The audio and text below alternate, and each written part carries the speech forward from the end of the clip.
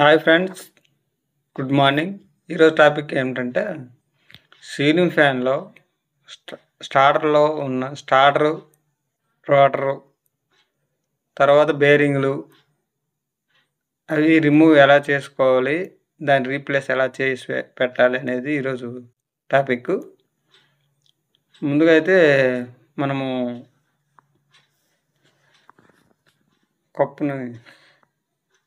కప్పుకున్నటువంటి నట్లని loose చేసుకొని తర్వాత కప్పులు ఓపెన్ పెట్టిన తర్వాత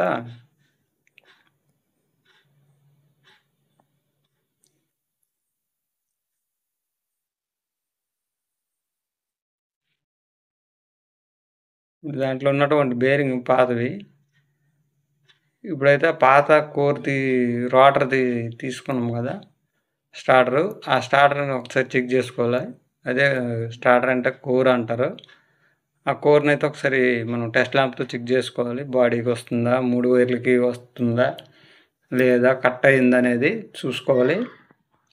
చూసుకున్నాక దాన్ని ఇప్పుడు ఏం చేయాలనుకుంటారంటే అదైతే బాడీకి సప్లై రావడం జరిగింది. దానివల్ల కోర్ అయితే పోయిందనేసి మనం అనుకోవాలి. ఇప్పుడైతే మనం కొత్త కోర్ని తీసుకున్నాము. ఈ కొత్త కోర్లు అనేవి ఏంటంటే మనము మిషన్లు కానీ ఉన్నట్లయితే మనం డైరెక్ట్గా వైండింగ్ చేసుకుని మనం పెట్టుకోవచ్చు. లేదనుకుంటే మనం షాపుల దగ్గర కానీ అవైలబుల్ ఉంటాయి మ్యాక్సిమము. ఇప్పుడు వైండింగ్ సంబంధించిన షాపుల దగ్గర వాళ్ళ దగ్గరికి వెళ్ళినా మనం పాతది పట్టుకుని వెళ్ళినట్లయితే మనకు అదే సైజు కొత్త కోర్లు ఇవ్వడం జరుగుతుంది. దాన్ని అయితే మనం తెచ్చుకొని ఫిట్ చేసుకోవడానికి అవుతుంది. ఈ కొత్త కోర్ని కలిపి మనం చెక్ చేసుకోవాలి. ఎందుకంటే బాడీకి వస్తుందా లేకపోతే కరెక్ట్గా ఉందా లేదా, మళ్ళీ దాన్ని ఏమైనా ప్రాబ్లం ఉందనుకోండి మళ్ళీ సేమ్ యాజ్ ఇట్ ఈజ్ అదే కంప్లైంట్ మనకి రెక్టిఫై అవుతుంది. కాబట్టి మనము కొత్తది కూడా చెక్ చేసుకోవాలి. కొత్తది కూడా చెక్ చేసుకున్నాక అది పక్కన పెట్టుకుని మనం ఇప్పుడైతే కప్పుకున్నటువంటి బేరింగ్లను మనం రిమూవ్ చేయాలి పాతవి. ఎందుకంటే బేరింగ్లు కలిపి కంప్లైంట్ ఉన్నాయి కదా. ఇప్పుడు అది కూడా WD అనేసి ఒక స్ప్రే ఉంటుంది. అది కొట్టడం వల్ల ఏటవుతుందంటే కొంచెము ఆయిల్ లోపలికి వెళ్ళి లూజ్ అవ్వడానికి అవకాశం ఉంటుంది. కాబట్టి కొంచెం సింపుల్గా రావడానికి, బేరింగ్ అనేది సింపుల్గా రావడానికి అది ఉపయోగపడుతుంది.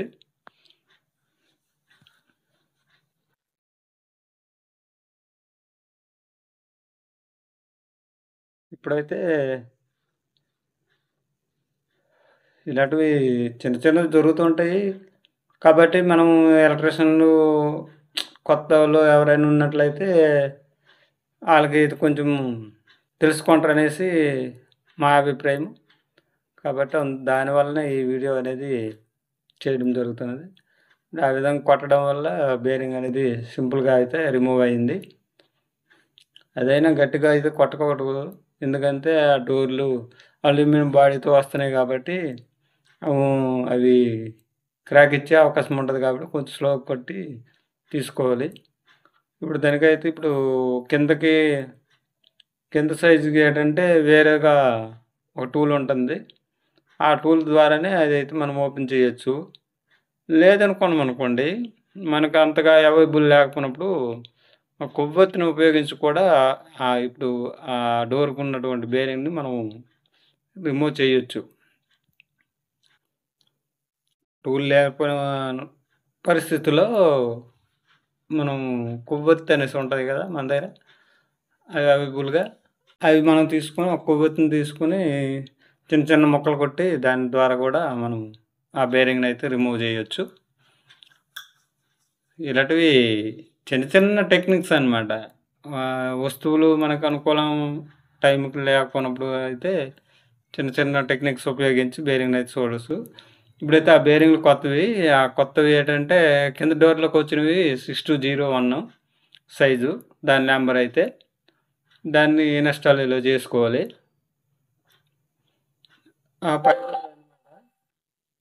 పై డోర్కి 6202 అనేసి సైజ్ బేరింగ్ వస్తుంది. అవి 2 రకాల బేరింగ్స్ అనమాట. కిందకొకటి, పైకొకటి అనేసి. దాన్ని కూడాను మనం ఇన్‌స్టాల్ చేసుకోవాలి. ఈ కొత్తగా ఎవరైనా నేర్చుకోవాలన్న ఒక ఉద్దేశంతో ఉన్న వాళ్ళకైతే ఇలా ఈ వీడియో అనేది ఉపయోగపడద్దనేసి అనుకుంటున్నాను. నాకు తెలిసినంత వరకైతే నేను కొంచెం చెప్పుదామనేసి అనుకొని అయితే ఈ వీడియో చేస్తున్నాను. ఇప్పుడు అలాగా రెండిటికును మన బేరింగ్లు ఇన్‌స్టాల్ చేసుకున్న తర్వాత కోర్‌ని ఇన్‌స్టాల్ చేసుకొని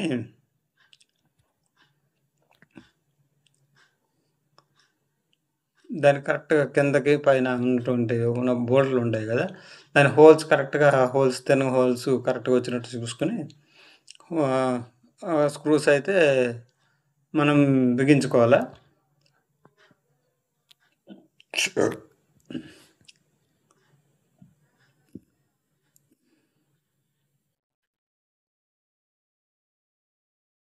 వీడియోలో ఏదో చూస్తున్నారు కదా! ఆ విధంగా అయితే మనం మీద డోరు, కింద డోర్ ఫిట్టింగ్ చేసుకోవాలి.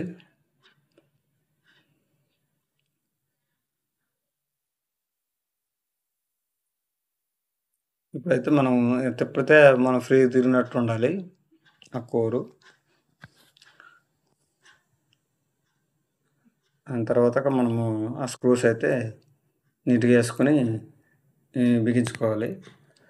అలాగనేసి ఇప్పుడు కొత్తలో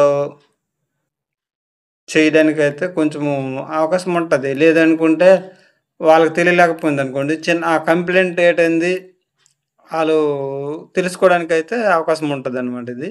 ఈ వీడియో వల్ల.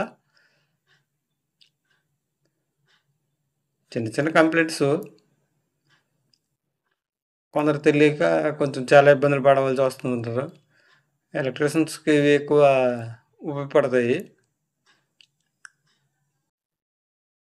ఇప్పుడు 3 వైర్లయితే బయటకొచ్చున్నాయి గదా! ఒకసారి మనము అంతా చెక్ చేసిన తర్వాత ఒకసారి టెస్ట్ ల్యాంప్‌తో చెక్ జేసుకోవాలి. ఎందుకంటే మనం ఫిట్ చేసినప్పుడు ఏమైనా కోర్ కట్ అవ్వడం అవ్వచ్చు, లేకపోతే బాడీకి సప్లై రావచ్చు. ఇలాంటివి ఏమైనా జరగొచ్చు. కాకపోతే ముందు మనం చెక్ చేసుకుంటే ప్రాపర్‌గా ఉంటది కాబట్టి ప్రాబ్లమ్ అయితే ఉండదు.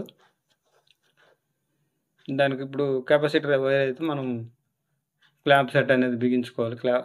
కెపాసిటర్ క్లాంప్ సెట్ బిగించుకున్నాక 3 వైర్లు ఇప్పుడు కెపాసిటర్ ఉంది గదా! కెపాసిటర్ పోయింది కాబట్టి కొత్త కెపాసిటర్ అయితే మనం ఇన్‌స్టాల్ చేయాల్సొస్తుంది. దాంట్లోకి ఏంటంటే 3 వైర్లు వస్తాయి. 3 వైర్‌ల్లో కొన్ని కోర్లకి ఏంటంటే 4 వస్తుంటాయి.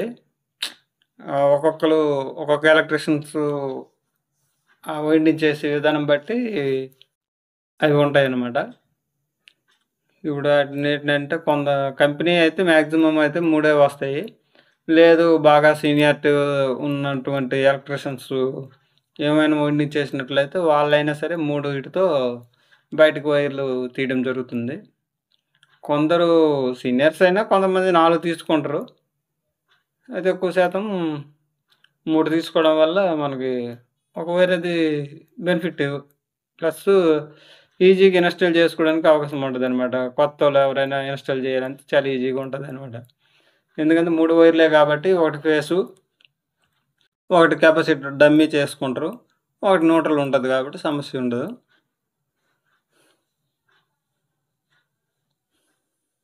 అదే దీంట్లో వచ్చింది ఇప్పుడేంటంటే కొందరు ఎక్కువ శాతం ఫ్యాన్ కాయిల్‌లో కంపెనీ నుండి వచ్చినవైతే రెడ్ మాక్సిమం న్యూట్రల్ ఉంటది కామను. పసుపయితే ఇప్పుడు యెల్లో ఉంది గదా! ఆ యెల్లో అయితే మాత్రం కెపాసిటీ డమ్మీగా వస్తదనమాట.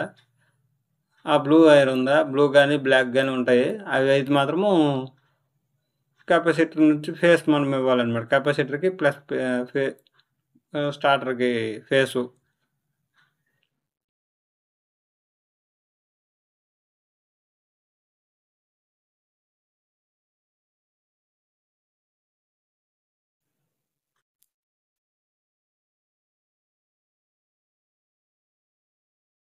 ఫ్రెండ్స్ ఈ వీడియో గాని మీకు నచ్చినట్లయితే లైక్ అండ్ షేర్, సబ్స్క్రైబ్ చేసుకుంటారనేసి కోరుకుంటాం. ఫైనల్‌గా అయితే